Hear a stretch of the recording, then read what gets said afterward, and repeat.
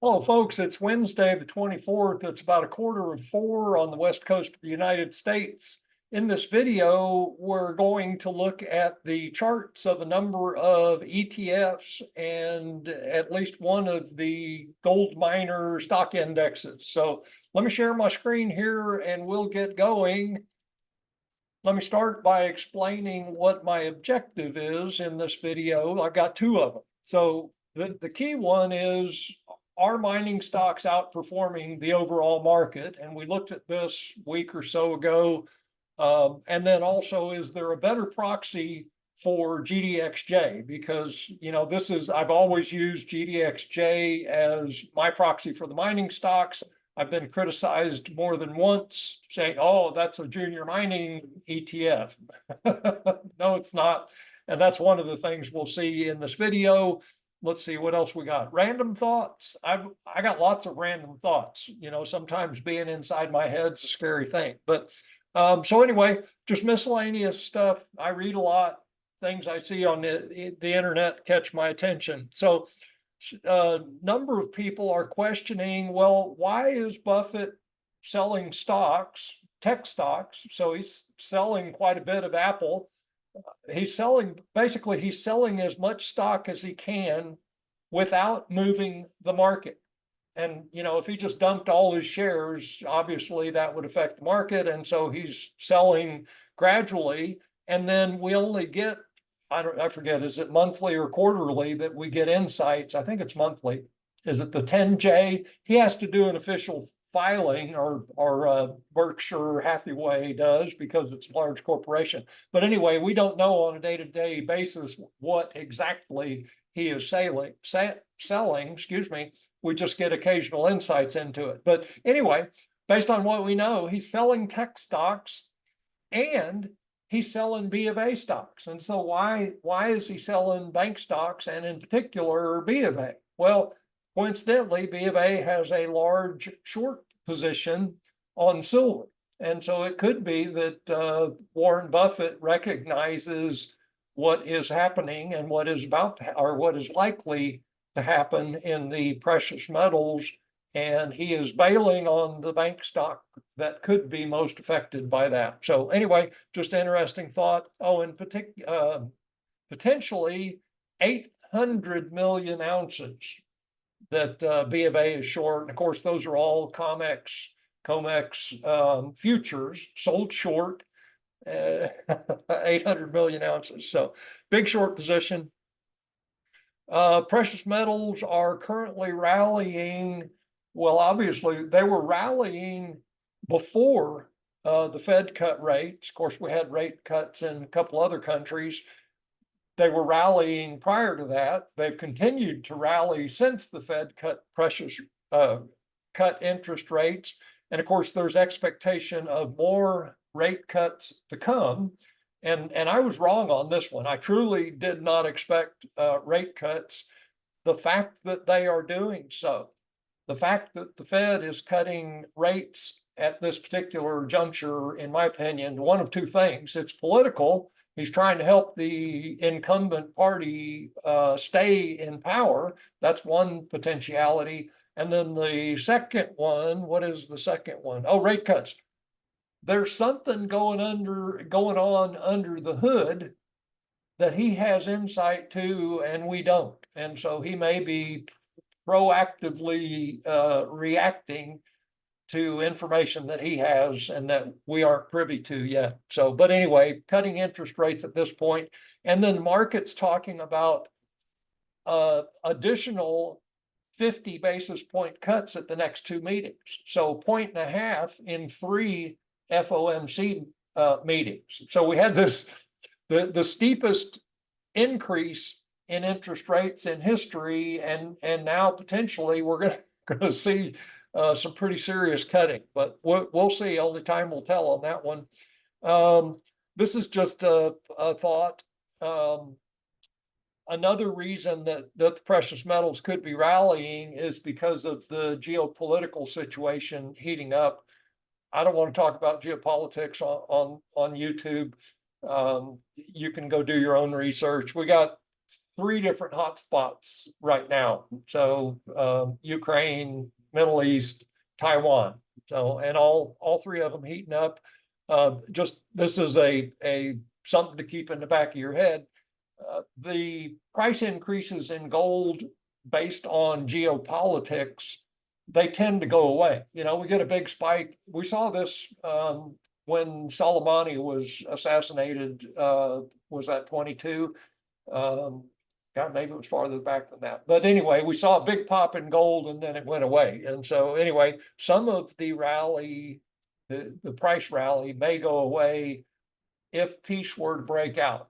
So, and of course, pigs could fly as well. Big money moves into the large cap miners first. And so as we're looking at the mining stocks for indications of, are we back into a, you know, it's time for the mining stocks to rally. The big money is going to move into the large cap stocks first, and then momentum or, you know, investor interest, speculators come in and they take the smaller stocks up. But that happens, there's a time lag there. And so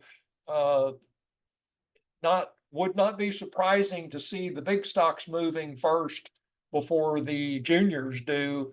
And of course, you know, it's always when we're talking juniors, it's at this point, because we're not in a broad mining stock rally yet, emphasis on yet, I think it's coming.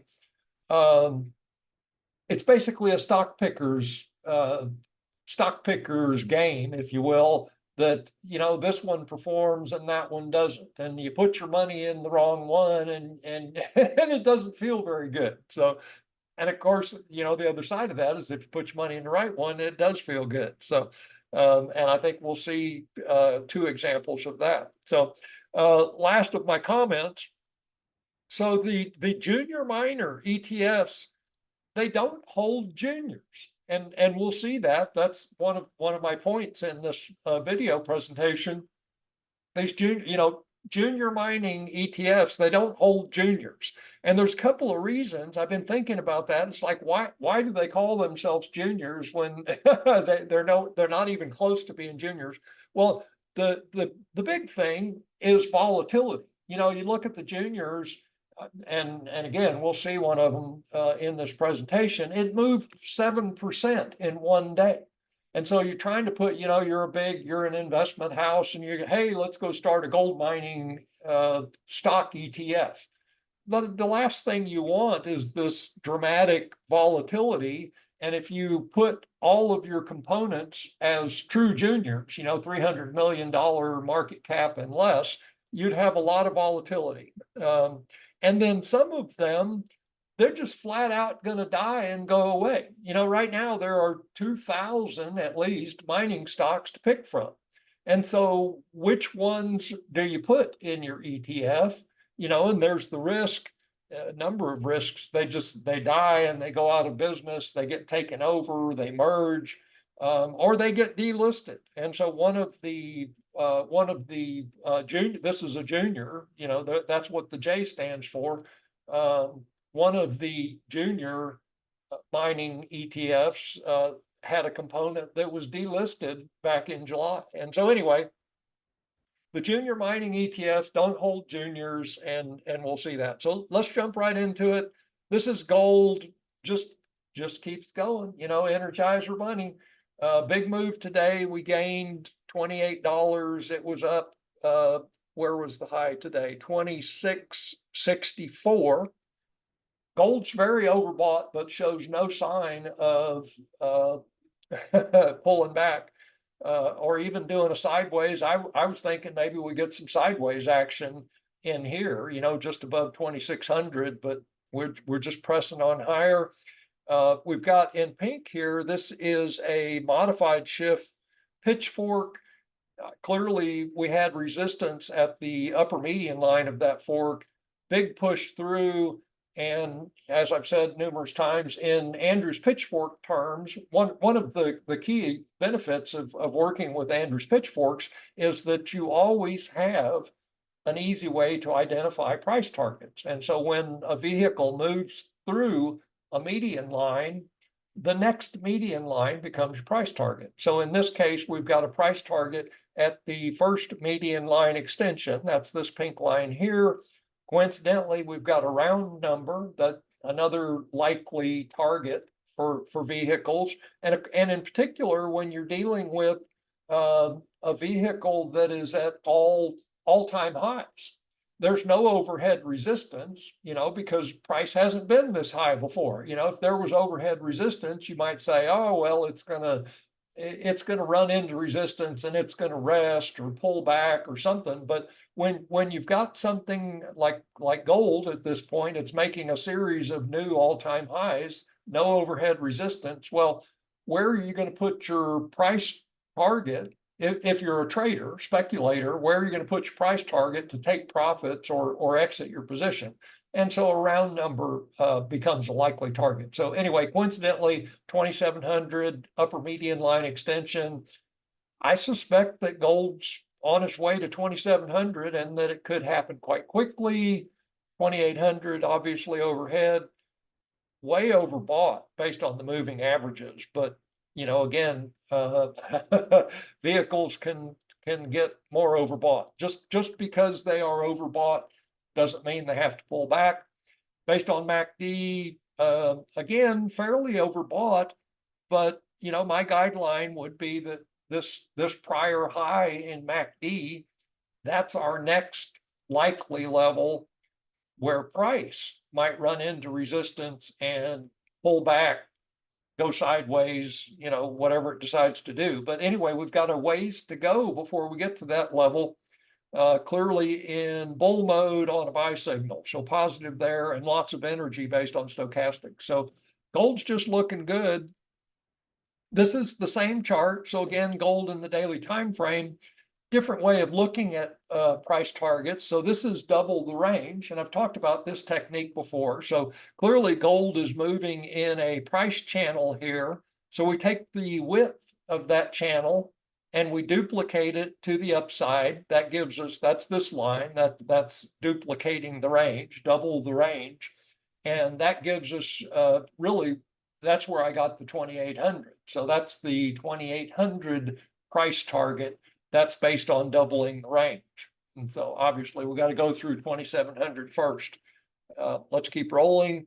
Big move in silver today. I'm a silver bull. In case you haven't guessed, I'm silver bull more than a gold bull. I love seeing days like that. We gained $1.42, 4.6%. That's a big move in silver. Closed at 32.08, so just over $32. Pushing up into this resistance zone, pushed up into it and then pulled back a little bit towards the end of the session. Still a very impulsive price bar, indicative of elevated energy, obviously. And it looks like, the overnight session has started. That's that little bitty candle there. And notice that price has opened where price closed the day session. So anyway, good action in silver. We're dealing with resistance from these prior highs. Once we clear that level, and of course we're going to have a little bit of resistance potentially. This is the first median line extension of a modified shift pitchfork. Let's zoom out a little bit. Boy, we have to zoom out a lot of it. Well, I don't have a longer term. Anyway, the point that I am going to make is that once we clear this level, we got a lot of blue skies and clear sailing for silver to head higher. And so after we work through this resistance level, we could see silver galloping. And wouldn't that be nice to see? And I just recognize that's my bias. Always, in my opinion, it's important to pay attention to your biases. And again, I'm a silver bull, and so I have a strong bias to expect higher prices to come. And of course, I've been disappointed for years living with that expectation. So what we're looking at here, and we looked at this recently, fairly recently. This is the UE, the Gold Bugs Index, which it's lost popularity. It seems like most people focus on GDX these days. And a lot of people, they choose GDX. I was listening to a podcast and heard them saying it just today. It's like the major miners in GDX. It's like, well, all of the ETFs have the majors in them. And again, there are no junior miner ETFs, as we'll see. But anyway, Gold Bug Index versus SPX. And I picked the UE because it's the longest gold mining stock index. And so to get a long-term perspective, I picked UE. We can see this is what happened as we approached the bottom in gold, which was 99, 2000, depending on how you want to look at it. We can see that the mining stocks were underperforming the broad market. And then we shifted in 2000 or so, November of 2000, so late 2000, and we got into this market where the mining stocks were outperforming the broad stock market by a good margin. And this is what I'm looking for. This is the environment that I'm looking for. I'd like to be able to tell you, well, I can't tell you anything. I'd like to be able to say, well, it's selfish. I would like to be comfortable doing buy and hold stocks, mining stocks, buy and hold, and not have to worry about, opening my portfolio and seeing that it got cut by 30% or 40%. And that's this environment where we get broad participation of big money in the mining stocks. And it's not going to surprise me if that's what we're headed into, but I don't think we're quite there yet. So anyway, big bear market. That was the peak in, late 2011. Yeah, late 2011 fall. And then we got 4-year bear market. And then this is the recent years. And so, just bouncing along with a general downtrend. And then if you notice here in pink, that small channel, we're going to zoom in on that small channel, but I want you to keep in mind that that's what we're going to zoom in on. And it's still got a lot of overhead before we get back into a real outperforming, outperforming the stocks. So anyway, that's an interesting chart to me. This is the UE weekly time frame pushing up into resistance from this prior peak. That was April of 22. Let's keep rolling. I got a lot of charts open. I don't want to go too long. This is UE in the monthly time frame, again, pushing up into resistance. There's an indication. So here we've got this price channel. And again, we've got a ways before we get to the top of that price channel. We'll have to see what happens at that point. Of course, what we'd like to see is pushing through that level and heading higher. And we'll see. Let's look. MACD in bull mode with a lot of room to run. This is what I was referring to a moment ago. If we use as just a general guideline, there are no rules in technical analysis, but what I have found as a fairly reliable tendency is that when MACD reaches prior highs and lows, that's a level where price is likely to reverse and pull back, or at least go sideways for a bit, basically acts as resistance. But we've got a long ways to go in this is UE we're looking at. We've got a long ways to go before we get to that level. So full mode on a buy signal, lots of energy. So, that looks good, but not outperforming the broad stock market. And that's the risk, one of the risks that I'm monitoring for myself and sharing the information with you. It's easy to get, well, easy for me, easy to get excited about the mining stocks, like, ooh, I'm going to get rich, and put money into them. And then, like I said, you open your portfolio and you're down 40% because you were buying stocks based on excitement instead of sound analysis. So GDX, so now we're into this is the first of the ETFs. GDX, large cap miners. I didn't get the list of the components, but if we look at them, it's the large cap pushing up into resistance and then resistance overhead. And so one of the things that we'll see in all but one of these ETFs is, because they've been around for a while, they've got prior peaks, which are likely to act as resistance as price goes higher. And so when price pushes through the upper median line of this Andrews pitchfork, just overhead is another thick layer of resistance. And so we'll have to see what happens when we get up to that level.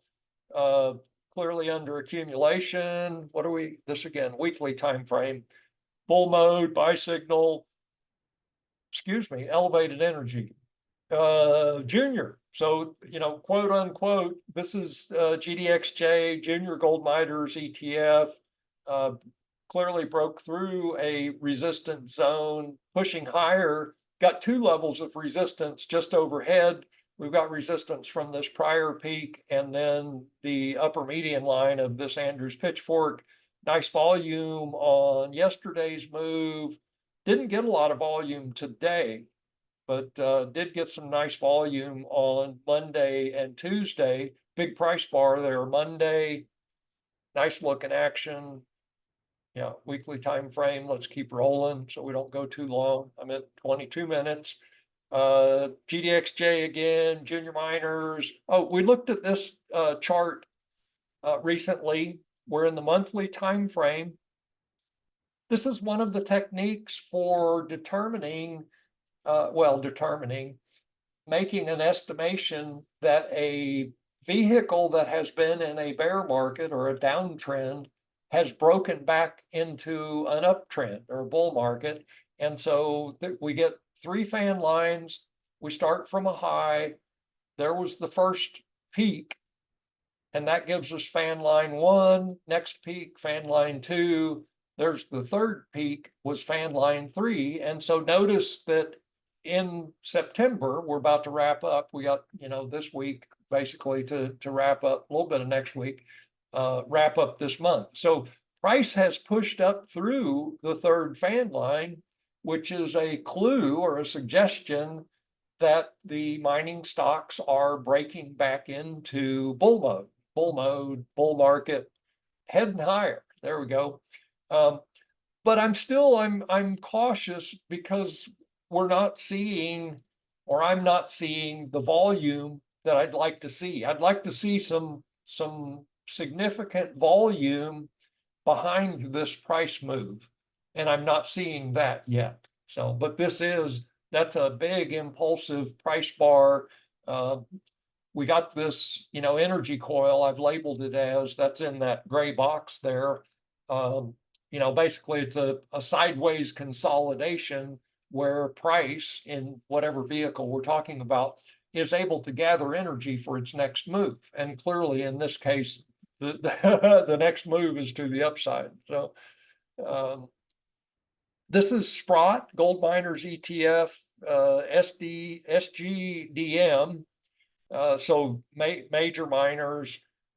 We had an open gap that just got closed. We're in the weekly time frame, pushing up into resistance at the top of this price channel. But once it pushes through that resistance, got a ways to go, what, a couple of bucks, $2 or $3 before it runs into that prior high, which probably act as resistance. MACD in bull mode on buy signal, energy elevated, gradual accumulation that started back in 21.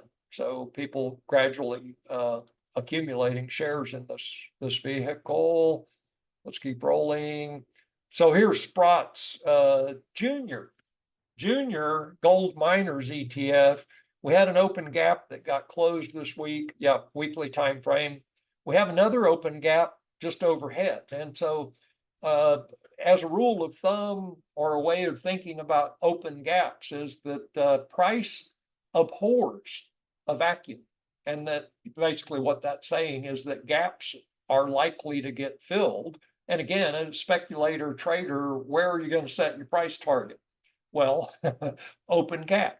And so would not be surprising at all to see that gap filled, and perhaps a little bit of a pullback or consolidation at that level. But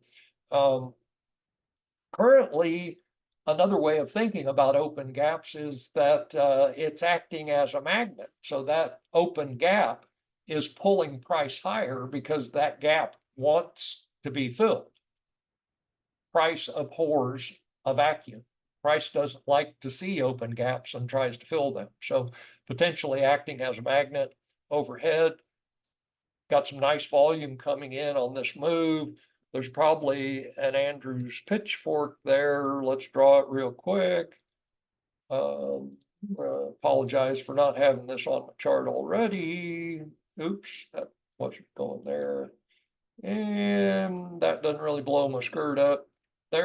We can see, yeah, pushing into resistance at the median line of that Andrews pitchfork, what that does for us.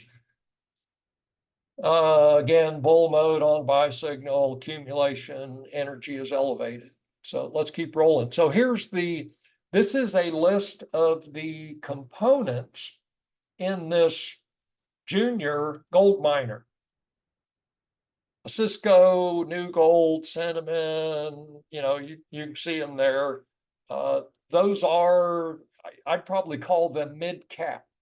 And so in my mind, my book, what would be more appropriate would be to call this a mid-cap mining stock ETF. But that doesn't have the ring of junior miners. But again, in my mind, these are not junior miners.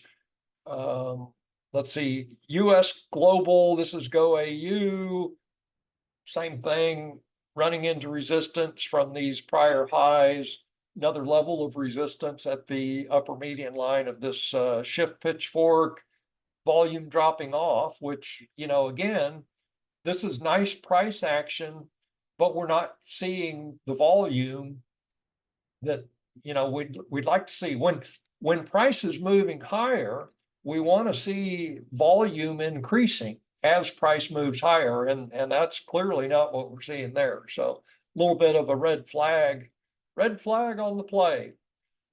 This is GOEX, so gold explorers. And so explorers, if we think about the classification or categorization of mining stocks, we have explorers at the lowest end. They're just poking sticks in the ground, hoping to find gold.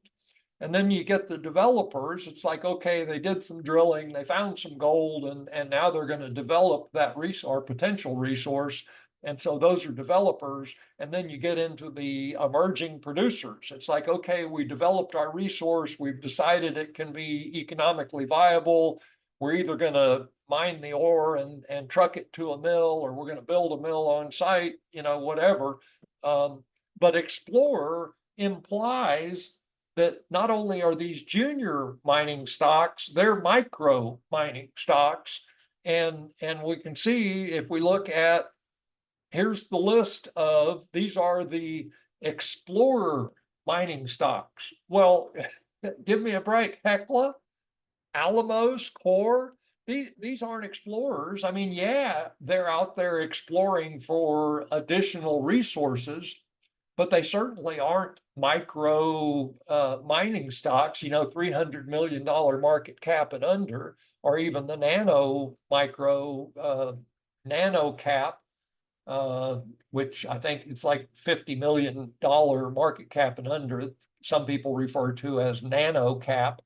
And so anyway, I took this list of the components in this particular, the Explorers ETF, and I looked up the market cap for each of those stocks in the ETF. 4 billion, 11 billion, that's clearly, 10 billion market cap, that's a large cap stock. So there's, Alamos Gold, that is a large cap, clearly a large cap mining stock in an ETF that's named Explorer. Well, mama didn't raise no fool. That is not an Explorer, other than they're out there looking for additional resources. So 2.7, again, I think the classification of a mid cap is 2 billion, 2 billion to 10. 2 billion to 10. Yeah. And so this is a mix of mid-tier, mid-cap companies. We do have a few. So now at the lower end of the holdings of the ETF, we're down in here. So there's 850 million, 917, 900 million, 95 million, 80 million, so on and so forth. So there's 24. That's the smallest cap stock in this Explorer ETF is 24 million. That is a small market cap, but look at the weighting. It's 1%. No, it's 1/10 of 1% of the holdings in this ETF, which, that's essentially, might as well not be there with that kind of weighting on it. I found this interesting. So Firefinch, this is the stock that got delisted back in July for whatever reason. It wasn't because of market cap. On some of the indexes, if a stock falls below a certain price level, well, it could have been price level. Anyway, that's one of the reasons a stock can get delisted, is the stock price drops too low. But I'm not sure why this particular stock got delisted. So anyway, zero weighting in the ETF, but the ETF still holds shares, and a non-trivial number of shares in both of these two stocks, but zero weighting in the ETF. So anyway, thought that was interesting. Is there anything else there? But this is in support of my premise that the junior mining ETFs do not hold junior mining stocks. That's why I went through and looked up the market cap of these stocks. Let's keep rolling. This is the Themes Gold Miner ETF. We're in this is actually the daily time frame. My apologies for that mistake there. Let me correct it. OCD and all. Sorry about that. This is a relatively new, new this year, ETF. And so one of the benefits of being a new vehicle, well, it's the flip side of what I was saying a few minutes ago. Because it's new, it does not have overhead resistance. And so if we do get into a market where, a bull market, from a broad bull market for mining stocks, we might see this particular ETF outperform simply because it doesn't have that no overhead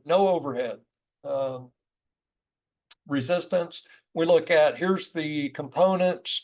Again, these are all names that, if you've been looking at the mining stocks for a while, which you probably have, or you wouldn't be watching this video, you recognize most of those names. And so, this ETF is holding the big boys, good exposure. There's London Gold, that's a good one.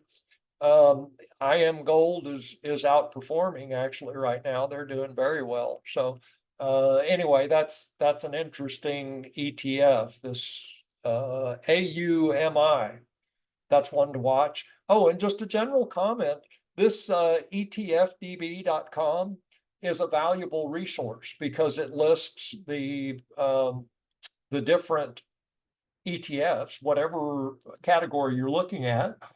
Excuse me, I started with the mining stocks, obviously, and you can easily get there's the holdings. That's what we're looking at. They show charts, a lot of good information in this ETFDB.com.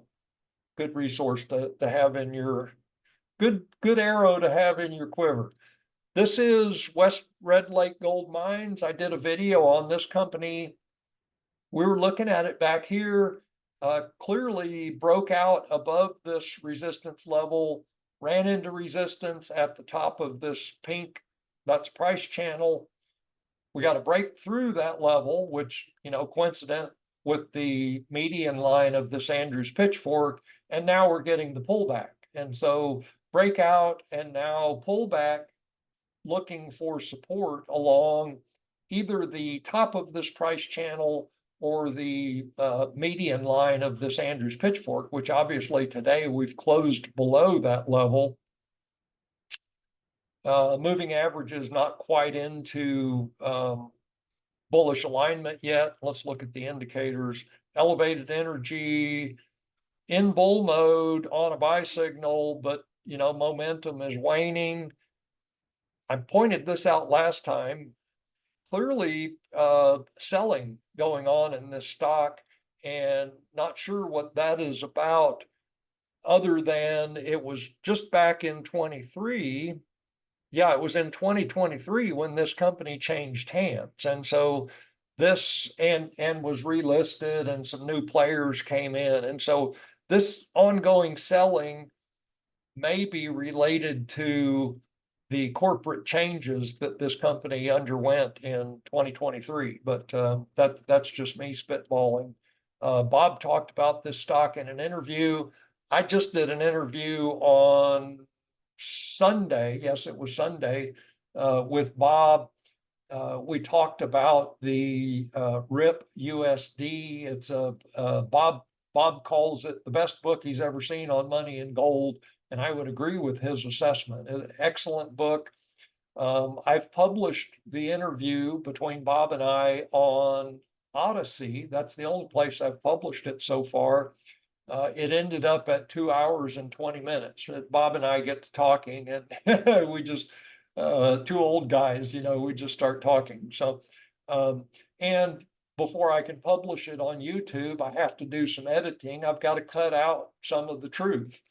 There are things that you can't say on YouTube, and when Bob and I get talking, we always talk about the things that you can't say on YouTube. And so anyway, I'll have that video up on YouTube probably this weekend. You can find it on Odyssey if you go there and you look. If you look for RIP USD, which is the name of the book, if you look for Bob Moriarty, if you look for Satori Traders, you'll almost certainly find that interview on Odyssey.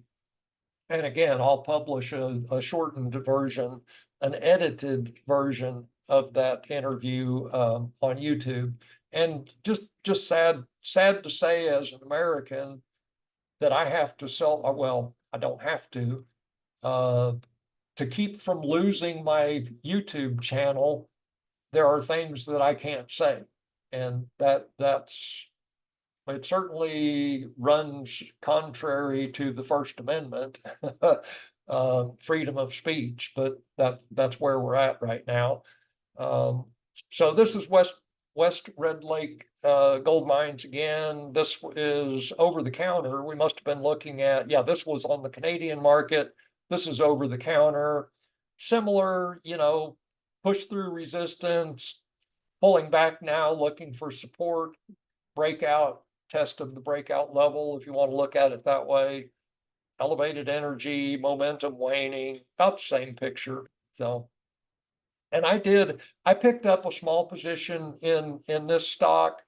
Thought about buying a little bit more this morning. I'm going to wait and see what it does. Oh, in the interview with Bob, he's calling this one a slam dunk, and points out that they are in production today. They're, you know, if you go look at their presentation, they're saying we'll be in production in the second half of 2025. But what Bob was pointing out is that they're being conservative. What they're currently doing is they're calling it test production. And Bob asks the question, well, what's the difference between test production and real production? Well, there is none. It's production. Production is production. And so anyway, this company is in production. They've got a brand new mill. It was built in 2020.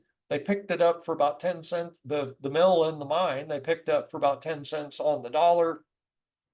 They're expecting to have 60,000 ounces of production in late 2025, 2026. Bob thinks they will grow to 100,000 ounces, 150,000 ounces a year, and will continue looking for opportunities to grow. But so anyway, that's a interesting stock.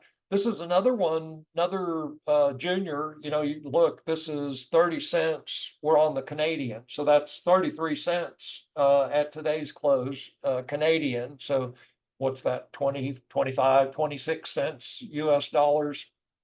Big impulsive move today, pushed up through resistance at the upper median line of this Andrews pitchfork. Bob, I asked him about this stock as well in the interview, and he says, if you want to steal, this is the stock to buy. And so I picked up a small position in this stock last week, and you know, we'll see what it does. Bob, I was questioning Bob about this stock, and I was asking him, it's like, well, okay, so they've got this, it's an exciting resource or potentially exciting resource. They just did a juicy drill hole. They're waiting for the assay results on this drill hole, but looks like they're going to have 600 meters of gold intercepts and 40 intercepts of visible gold. You know, if you look at the drill core that they pulled out of this hole, and you can visibly see flakes of gold. And so that's an indication of how high grade this resource is. But I was asking Bob, I said, you know, it's like, okay, so they've got an exciting resource. It's not that accessible. They don't have a mill. It's like, what do you do with it? And Bob's response was, well, the big boys are eating their young. And basically what he's saying, or what he's alluding to, is that the large cap miners have not been out actively finding new resources. And so when we get into a bull market for the precious metals, and the big producers need to find new resources, they're going to be out buying up juniors and explorers who have found juicy deposits. And so anyway, that's a likely outcome for this kind of company, that they'll get bought out by one of the big boys. So anyway, one to put on your list.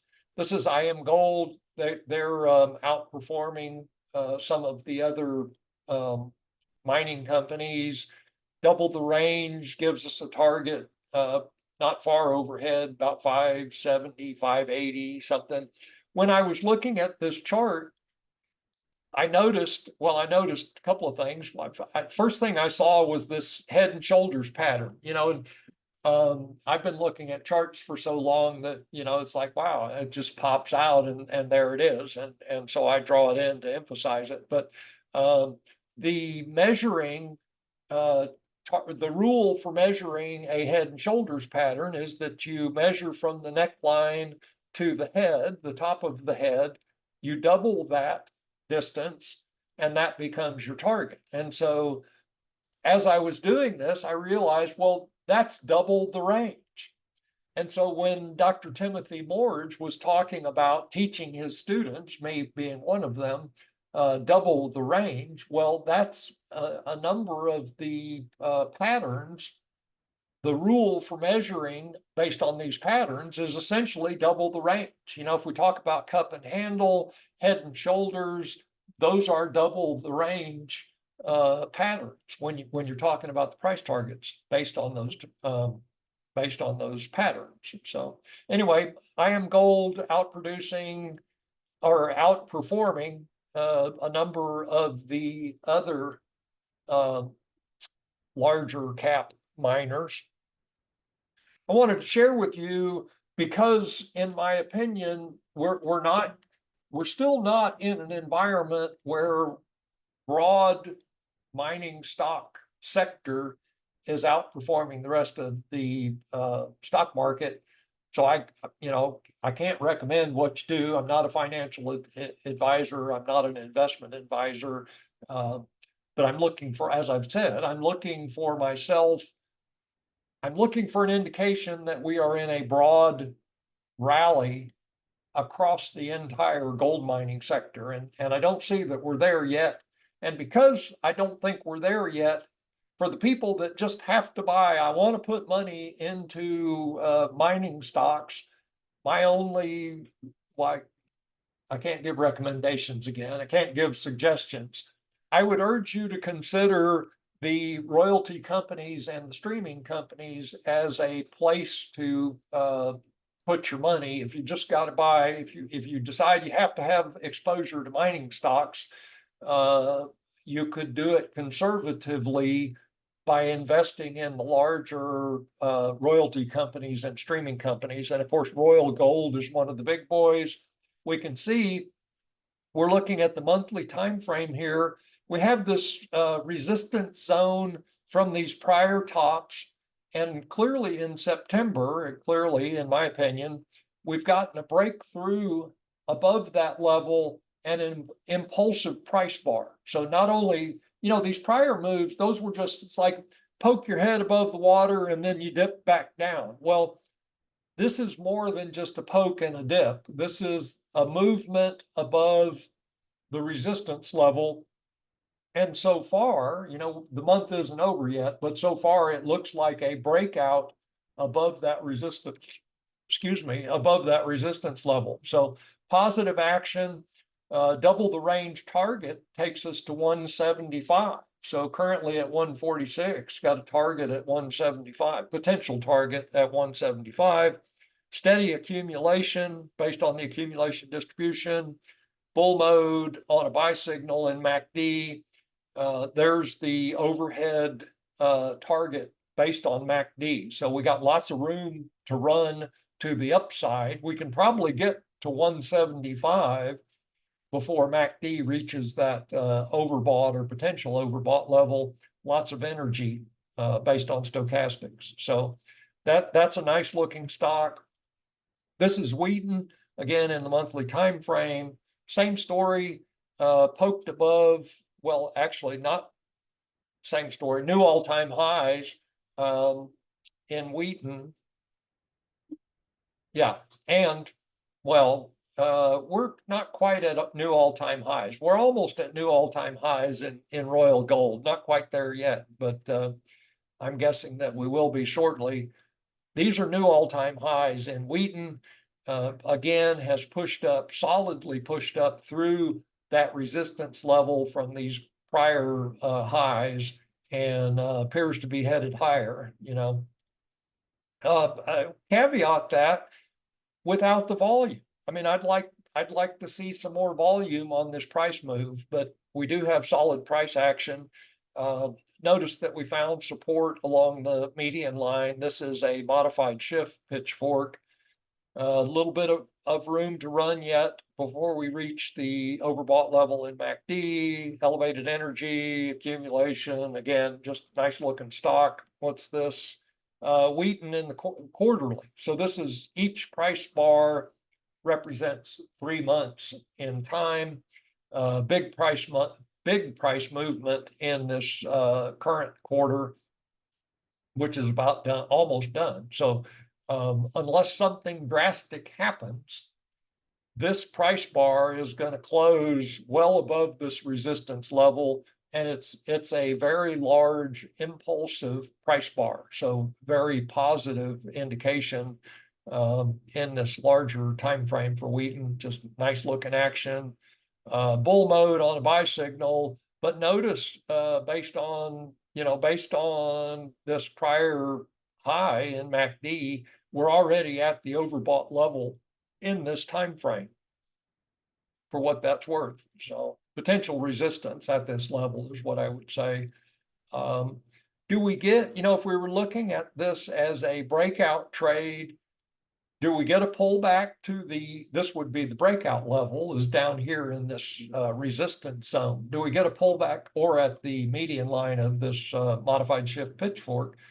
Do we get a breakout and then a pullback to test the breakout level? That doesn't always happen. It happens frequently, but it doesn't always happen.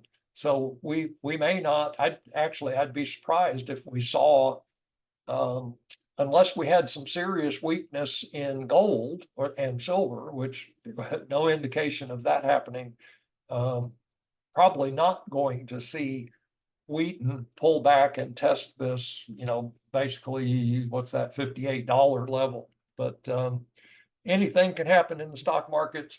I went longer than I expected to, folks, but wanted to share my thoughts with you in this video. And let me stop sharing my screen and I'll talk to you soon.